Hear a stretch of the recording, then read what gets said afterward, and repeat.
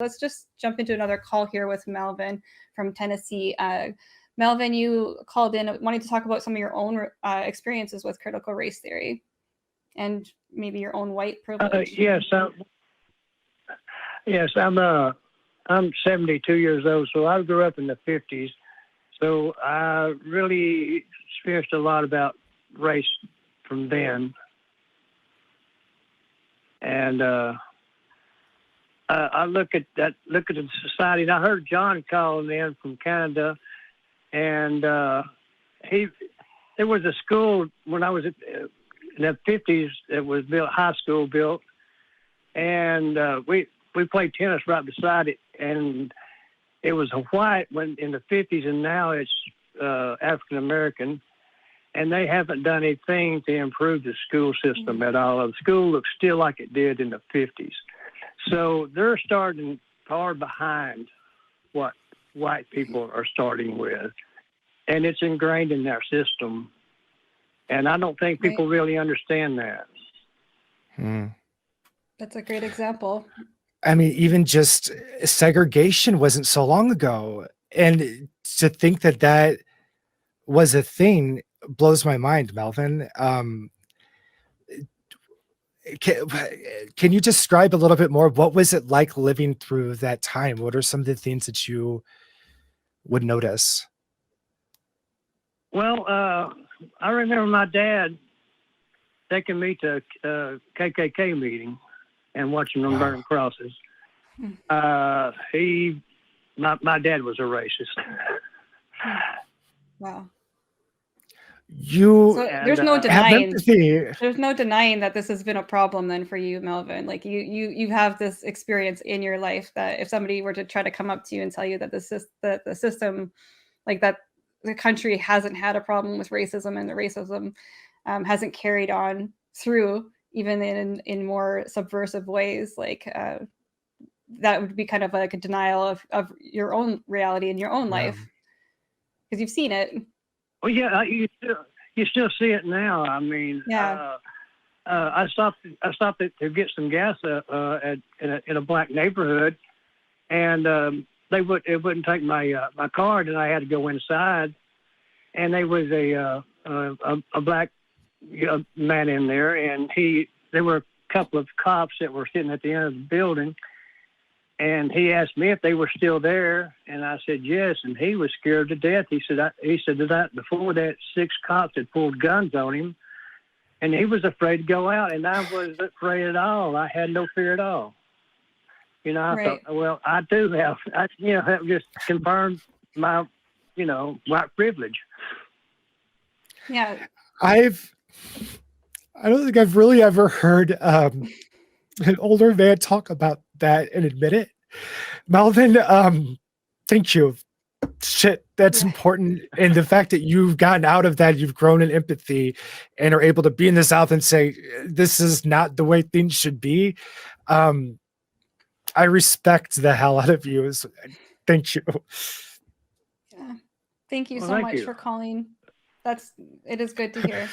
No, I'm getting emotional too. I just as somebody in Missouri, I needed to hear that. I needed to hear that, It is.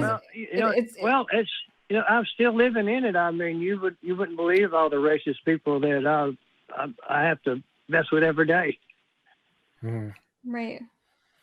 I think it's so important for us, different generations too, to hear this too. I think it's a good reminder, and it's really encouraging to see that people can continue to grow and change, and I don't know, just keep sharing the story. And I really appreciate you calling in. I think it goes against exactly what the last caller was saying, and I really appreciate that.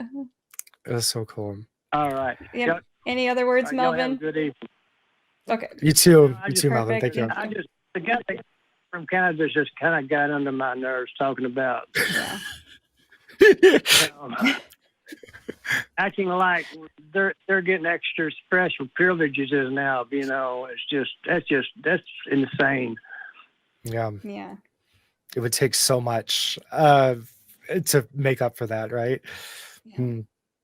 Okay. Well, thank you for calling, Melvin. Have a great rest of your day. All right.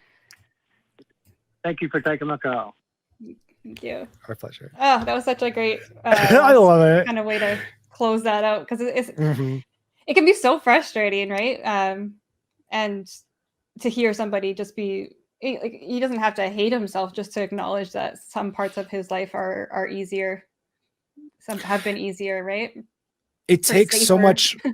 It takes so much work and a vulnerability and emotional intelligence and energy to question these things, put them together, and be able to articulate them in a very nuanced way to be able to express not just judgment, but what led us to making this decision, or for us to make this judgment and understand it, and then to be responded with a judgment of, oh no, you were just bring. It's just, it shows the imbalance of really questioning things and going along with what you hear and just regurgitating arguments or regurgitating information. So everything about deconstruction is about objectivity and empathy and honesty. I think is a big part of it. But oh my gosh, yeah.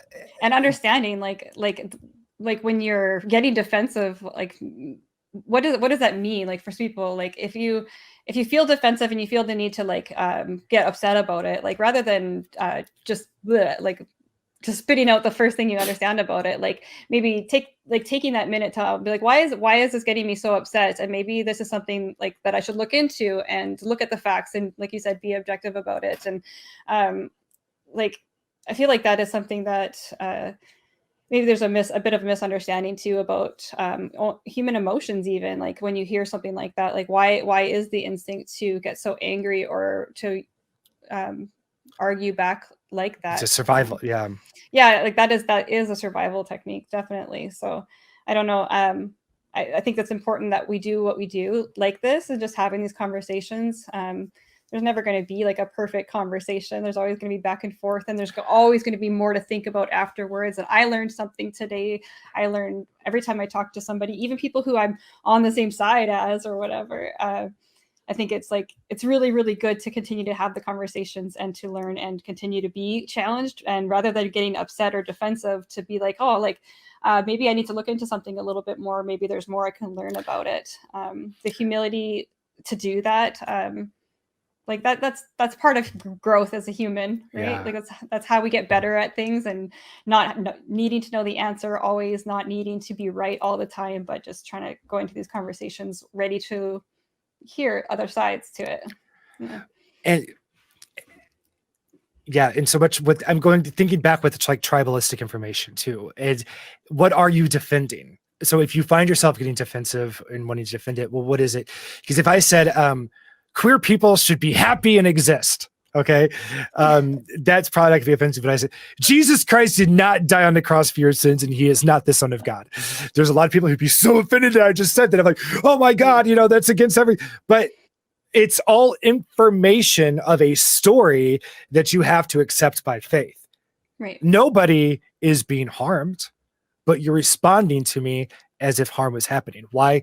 Because Christianity conditions you to intertwine as much as you can this idea, like a hijacking, right? A hijacking of your own identity, right? Like, can you separate the story, the narrative, from your own identity as a no? So if you criticize the story, well, you hate forgiveness, you hate grace. No, you've been conditioned to only conflate those values to this narrative. And if you took a step back and looked at it objectively, a lot of that's extremely counterintuitive to what the Bible teaches or what the stories are.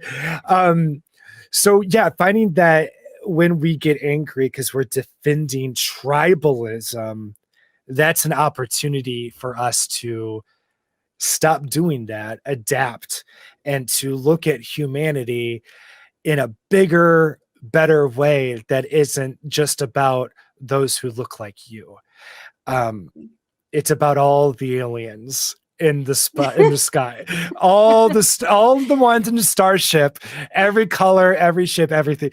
We are equals, Right. And we have to start seeing each other that way and creating a future that actually creates that sort of reality.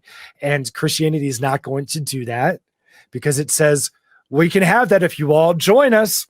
Yeah.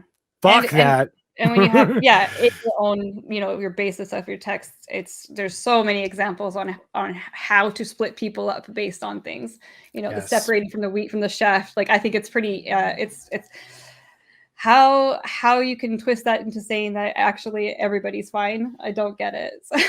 And what makes an antichrist according to the Bible is if you say Jesus is not Lord. Okay. I'm somebody who's going to say that, you know why? Because I reject the premise of lordship.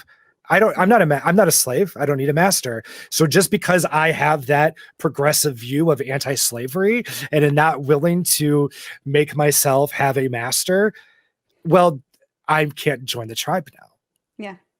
Yeah. Well, that has nothing to do with my values. It has to do with my relationship to one specific, by faith, supernatural narrative that has never shown up in reality in the distinctive ways that it promises it would. Yeah. Yeah, exactly.